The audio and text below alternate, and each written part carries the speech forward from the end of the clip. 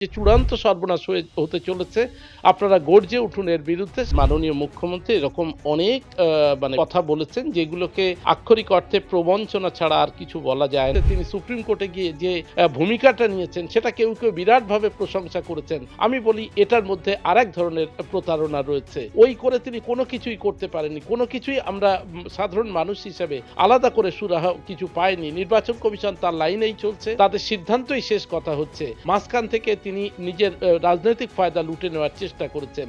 ধর্মীয় সংগঠন যারা ধর্মের নামে কোনো কিছু হলে তারা অনেক বেশি বিপন্ন মনে করেন, তারা অনেক বেশি সক্রিয় হন, তারা পথে নামার চেষ্টা করেন। কিন্তু রাষ্ট্রিক এই যে বিপন্নতা আমরা দেখেছি, এর আগে ওয়াকফ আন্দোলন নিয়ে রাজপথ কাঁপিয়ে দিয়েছেন তারা। আমি জানি ওয়াকফ আমাদের প্রয়োজন, সেটার জন্য আমাদের নিশ্চয়ই সক্রিয় হতে হবে, প্রতিবাদী হতে হবে, লড়াই করতে হবে। কিন্তু আমি মনে করি তার থেকে অনেক বেশি গুরুত্বপূর্ণ হচ্ছে এই নাগরিক যে ভোটাধিকার কেড়ে নেওয়ার যে প্রবণতা এবং লজিক্যাল ডিসক্রিমিনেন্সি নামে যে মানুষগুলোকে ডাকা হয়েছে তার সিংহভাগই হচ্ছে একটা বিশেষ সম্প্রদায়ের এবং সেটা মুসলিম সম্প্রদায়ের মানুষ। কিন্তু তিনি এটা খুব ভালো করেই জানতেন যে এসআইআর হতে দিতে হবে। এসআইআর হতে দেব না বলে তিনি মানুষের মধ্যে একটা ভুল বার্তা দিয়েছিলেন, যে বার্তা সূত্রে মানুষ খানিকটা শিথিলতা দেখিয়েছিল এবং সেই শিথিলতার ফল এখন তাকে ভোগ করতে হচ্ছে। প্রায় 1.5 কোটি মানুষকে লজিক্যাল ডিসক্রিমিনেন্সির মধ্যে ফেলা হয়েছে। লজিক্যাল ডিসক্রিমিনেন্সি বিহারের ক্ষেত্রে হয়নি, কেন বাংলার ক্ষেত্রে এটা হলো? জিআই এর পর্দায় এই মুহূর্তে রয়েছেন যিনি আলিয়া বিশ্ববিদ্যালয়ের বাংলা ডিপার্টমেন্টের অধ্যাপক ডক্টর সাইফুল্লাহ স্যার। প্রথমে আপনাকে জিআইতে স্বাগত জানাচ্ছি। ধন্যবাদ, ধন্যবাদ। একটা বিষয় আমরা বেশ কয়েকদিন ধরে লক্ষ্য করছি, আপনারা যারা প্রফেসর, শিক্ষক, আপনারা ছাত্রছাত্রীদের ভবিষ্যৎ নিয়ে চিন্তা করেন, পড়াশোনার উপরে থাকেন, সাহিত্য নিয়ে চর্চা করেন। কদিন ধরে আমরা দেখছি যে পলিটিক্যাল বিষয় এসআইআর নিয়ে আপনারা উদ্গ্রীব প্রকাশ করছেন এবং আপনারা মাঠে ঘাটে পথে নামছেন, রাস্তায় নামছেন, প্রতিবাদ জানাচ্ছেন এবং সোচ্চার হচ্ছেন। হঠাৎ করে রাজনৈতিক বিষয়ে আপনাদের নামতে হচ্ছে কেন? আমরা শিক্ষক, আমরা মনে করি শুধু পড়াশুনো আমাদের কাজ নয়, পড়ানো বা পড়া।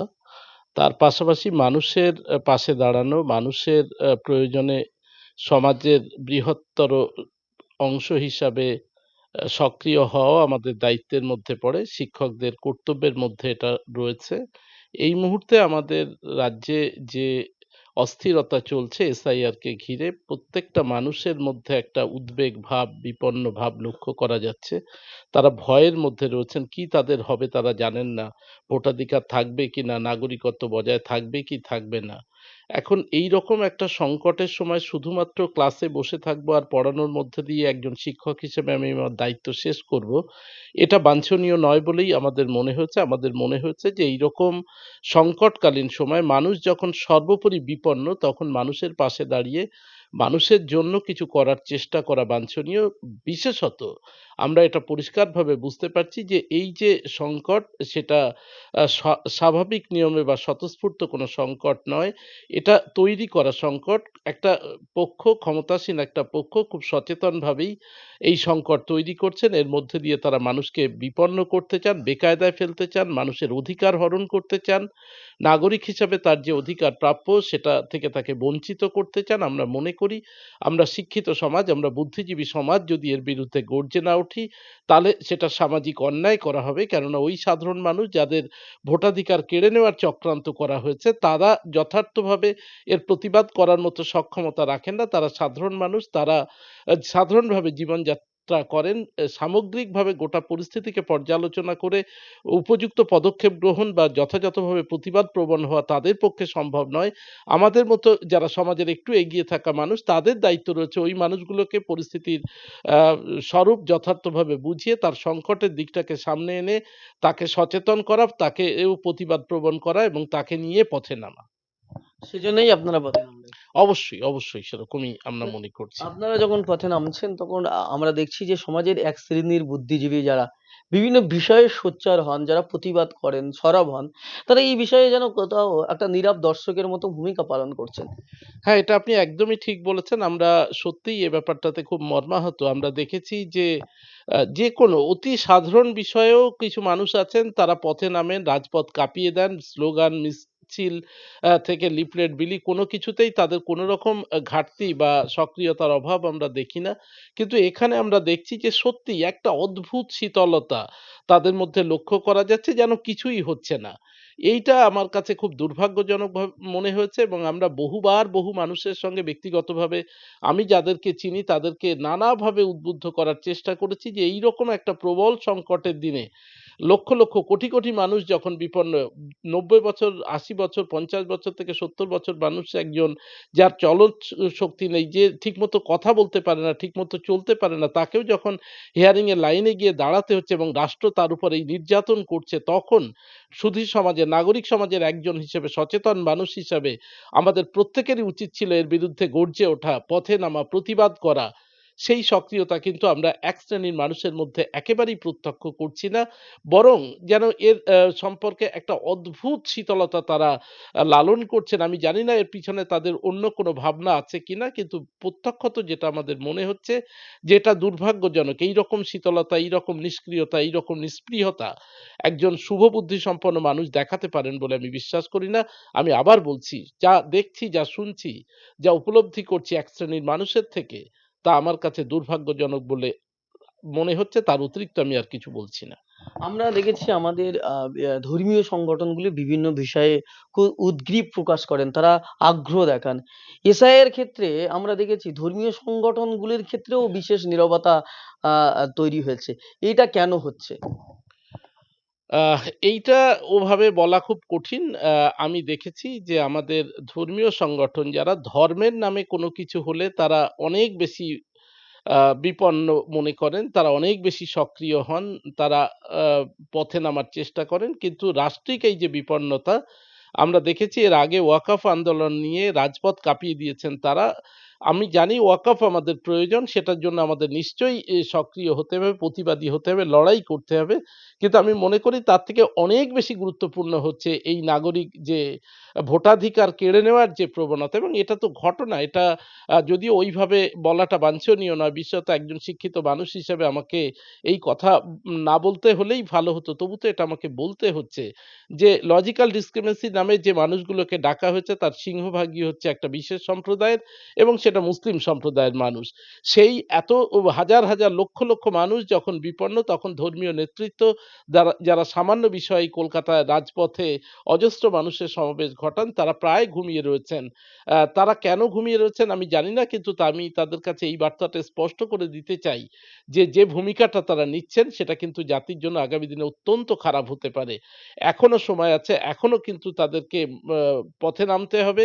মানুষের পাশে দাঁড়িয়ে মানুষের জন্য লড়াই করতে হবে। আমি লড়াই মানে অবশ্যই সহিংস কোনো লড়াইয়ের কথা বলছি না। আমাদের গান্ধী প্রদর্শিত যে পথ, মানে অহিংস লড়াই, সেই লড়াই ছাড়া কিন্তু এখান থেকে যে মানে সিচুয়েশন তৈরি হয়েছে, সেখান থেকে এই সাধারণ মুসলমান সমাজের সাধারণ মানুষ যাদের ভোটাধিকার কেড়ে নেওয়ার চেষ্টা হচ্ছে, দলিত সমাজের সাধারণ মানুষ, নিম্নবর্ণীয় সমাজের সাধারণ মানুষ। আমি শুধু ধর্মীয় নেতৃত্বকে কেন তারা মুসলিম সমাজের স্বার্থের জন্য লড়াই করবে? তারা যদি যথার্থ ধর্মীয় নেতৃত্ব হয়ে থাকেন তাহলে তাদের উচিত জাতি ধর্ম নির্বিশেষে যেকোনো সমাজের বিপন্ন মানুষের পাশে দাঁড়ানো।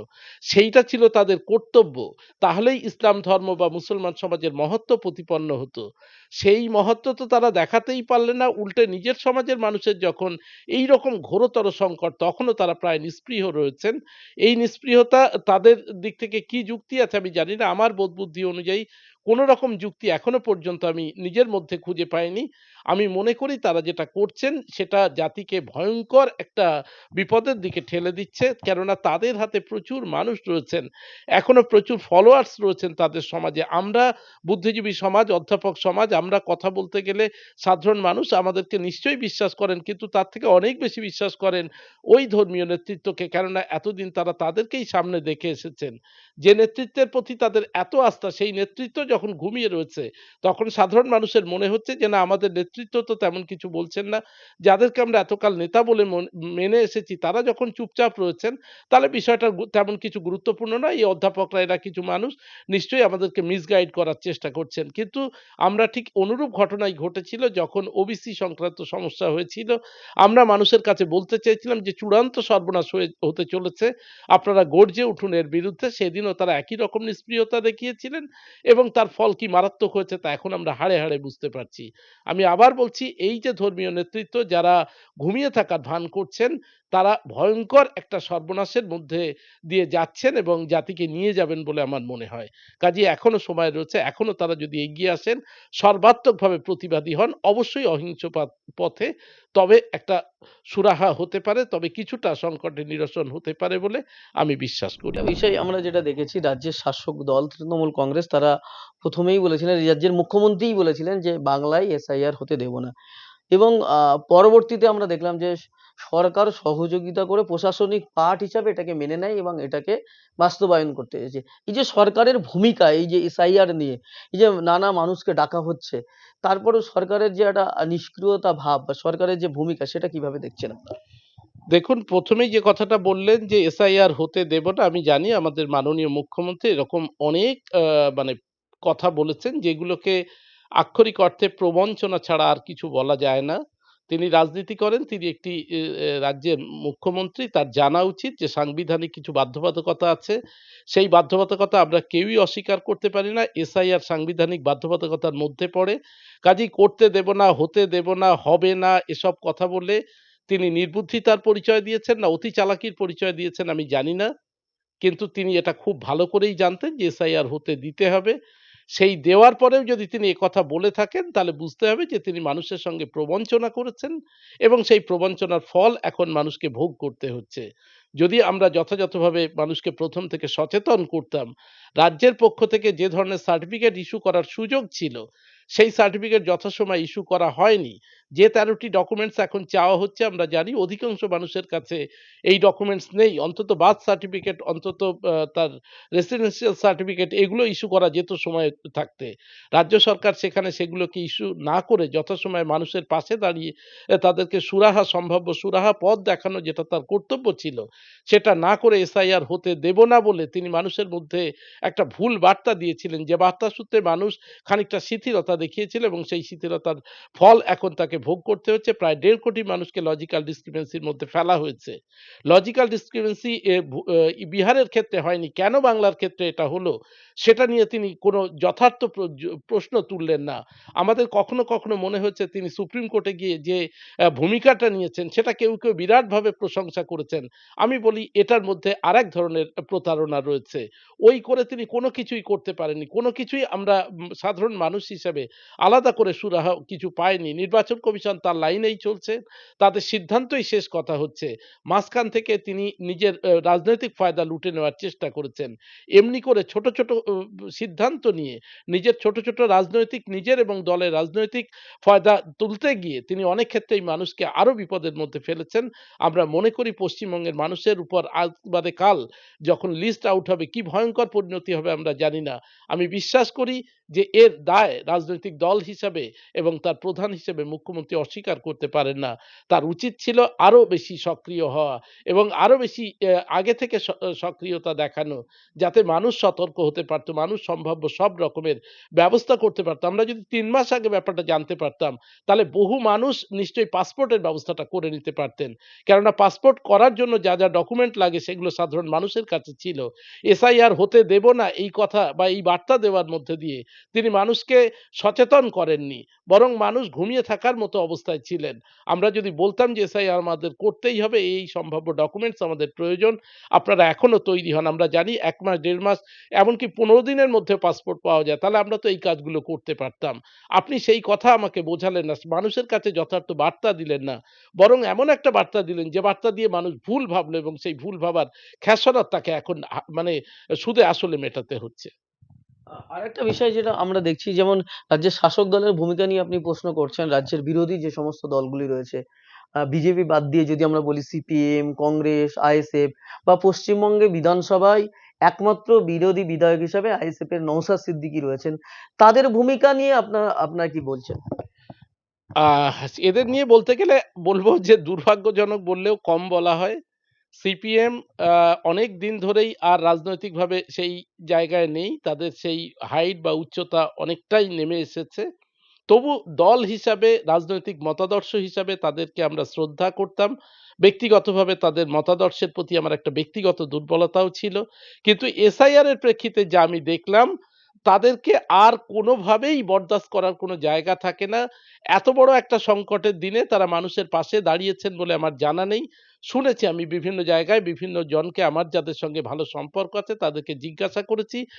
কোনো ক্ষেত্রে নিস্পৃহতা দেখিয়েছেন, কোনো ক্ষেত্রে মুখে সহানুভূতি দেখিয়েছেন, কাজে কিছুই করেননি। কোনো ক্ষেত্রে কলকাতার বাইরে কিছু তাদের রাজনৈতিক সক্রিয়তা ঘটেছে বলে আমি খবর পেয়েছি। দেখার সুযোগ আমার হয়নি। কিন্তু আমি সেই এসআইআর প্রক্রিয়ার শুরু থেকে এ পর্যন্ত কলকাতায় তেমন করে তাদের কোনো সক্রিয়তা দেখেনি।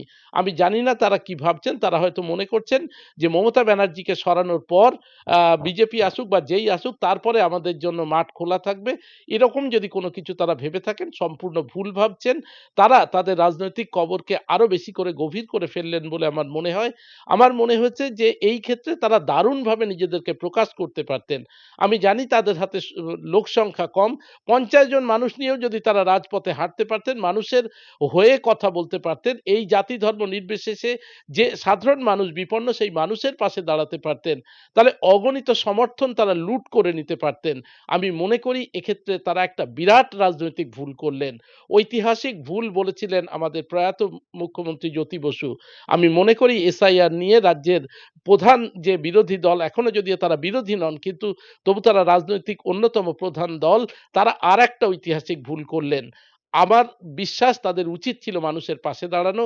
হয়তো তারা মমতা ব্যানার্জিকে টাইট করতে চাইছেন। মমতা ব্যানার্জির বিপন্নতা তাদের ক্ষেত্রে উৎসাহের কারণ হচ্ছে বলে হয়তো তারা মনে করতে পারেন। কিন্তু একজন সচেতন নাগরিক হিসেবে আমি মনে করছি এইটা তাদের সম্পূর্ণ ভুল সিদ্ধান্ত। মানুষ তাদেরকে এরপরে আরো বেশি করে প্রত্যাখ্যান করবে বলে আমার বিশ্বাস। আইএসএফ বিধায়ক নওশাদ সিদ্দিকী সেখানে তিনি বারবার বলেছিলেন যে এসআইআর নিয়ে আতঙ্কিত হবেন না, ভয় পাবেন না। তিনি বিধানসভায় তৃণমূল বিজেপির বাদে একমাত্র বিরোধী বিধায়ক হিসেবে তিনি এই কথা বারবার মানুষকে বুঝিয়েছিলেন। নৌশাদ সিদ্দিকী ভাইয়ের সঙ্গে আমার নিজেরও কথা হয়েছে। আমি তাকে উদ্বুদ্ধ করার চেষ্টা করেছিলাম। খুব একটা রেসপন্স আমি তার দিক থেকে পাইনি। কেন তিনি এই নিষ্ক্রিয়তা দেখাচ্ছেন এর গ্রহণযোগ্য কোনো কারণ আমি খুঁজে পাইনি। আমার মনে হয়েছে যে অন্তত এক্ষেত্রে তিনি অনেক বেশি সক্রিয় হতে পারতেন। তার এই নিষ্ক্রিয়তা আমাকে ব্যথিত করেছে। আর সর্বশেষ যে প্রশ্নটা করব যে এই যে এসআইআর নিয়ে দেখা যাচ্ছে আপনার বক্তব্য অনুযায়ী এবং বাস্তবতা যেটা দেখা যাচ্ছে যে কোনো রাজনৈতিক দল তেমনভাবে সক্রিয়তা পালন করেনি যেমন তেমন সামাজিক সংগঠন বা ধর্মীয় সংগঠনগুলিও নিষ্ক্রিয়তা দেখা গেছে। সেই জায়গায় দাঁড়িয়ে আগামীকাল যে লিস্ট বার হচ্ছে এসআইআর এর ফাইনাল লিস্ট সম্ভবত কালকে বেরোচ্ছে। সেই জায়গায় দাঁড়িয়ে যদি যে আশঙ্কা আপনারা করছেন যে ৬০ লক্ষের অধিক মানুষের নাম বাদ যেতে পারে বা ১ কোটিরও কাছাকাছি মানুষের নাম বাদ যেতে পারে। তো এই যে মানুষ যদি বাদ যায় সেক্ষেত্রে আপনারা কি করবেন? আপনারা সাধারণ মানুষের করণীয় কি হিসাবে আপনারা ভাবছেন? দেখুন, আমি ১ম এই যেটা সাধারণ মানুষের কাছে বার্তা দিতে চাই, আমরা বারবার আলোচনা করছি, আজকেও আমরা অনলাইন মিটিং করব। নাম যাদের বাদ যাবে বা যারা চূড়ান্ত বলে ঘোষিত হবে না, বিবেচনাধীন থাকবে, তাদের ১ম কর্তব্য হবে কোনো রকম প্ররোচনায় পা না দেওয়া। যারা ক্ষমতাসীন পক্ষ তারা চাইছে আমরা প্ররোচনায় পা দিই, আমরা রাস্তায় নেমে অশান্তির সৃষ্টি করি এবং তারা সেই পথে আমাদেরকে আরো বেশি প্রভাবিত করে একটা রাজনৈতিক অচলাবস্থা তৈরি করার চেষ্টা করবেন। যার ফল বা ফায়দা তাদের দিকে যাবে। আমি সাধারণ মানুষকে ১ম এই বলব যে আপনারা কোনো রকম রাজনৈতিক মানে কোনো রকম প্ররোচনায় পা দেবেন না। আমাদের নিশ্চয়ই সর্বাত্মক প্রতিবাদ করতে হবে এবং আমি আগেই বললাম সে প্রতিবাদ করতে হবে আমাদের গান্ধী নির্দেশিত পথে, অহিংস পথে। অহিংস পথে প্রতিবাদ করা প্রত্যেকটা মানুষ যাকে ওই যার নাম বাদ যাচ্ছে বা প্রায় বাদ যাওয়ার পর্যায়ে রেখে দেওয়া হয়েছে, তারা প্রত্যেকে শুধু নীরবভাবে তার বাড়ির সামনে রাস্তায় তারা পাশে দাঁড়িয়ে থাকুন। গাড়ি চলাচলের বাধা সৃষ্টি না করে। বুকে একটা কালো ব্যাজ বেঁধে নিয়ে, হাতে একটা কালো ব্যাজ বেঁধে নিয়ে সে দাঁড়িয়ে থাকুন এবং তিনি বলার চেষ্টা করুন যে, "আমি ভারতীয় নাগরিক। রাষ্ট্রীয়ভাবে আমাকে নাগরিকত্ব থেকে বঞ্চিত করার চেষ্টা করা হচ্ছে। আমি এর প্রতিবাদ করছি।" এই প্রতিবাদ ১০০% অহিংস পথে হতে হবে। কোনো রকম কোনো সহিংসতার পথে যেন আমরা না যাই।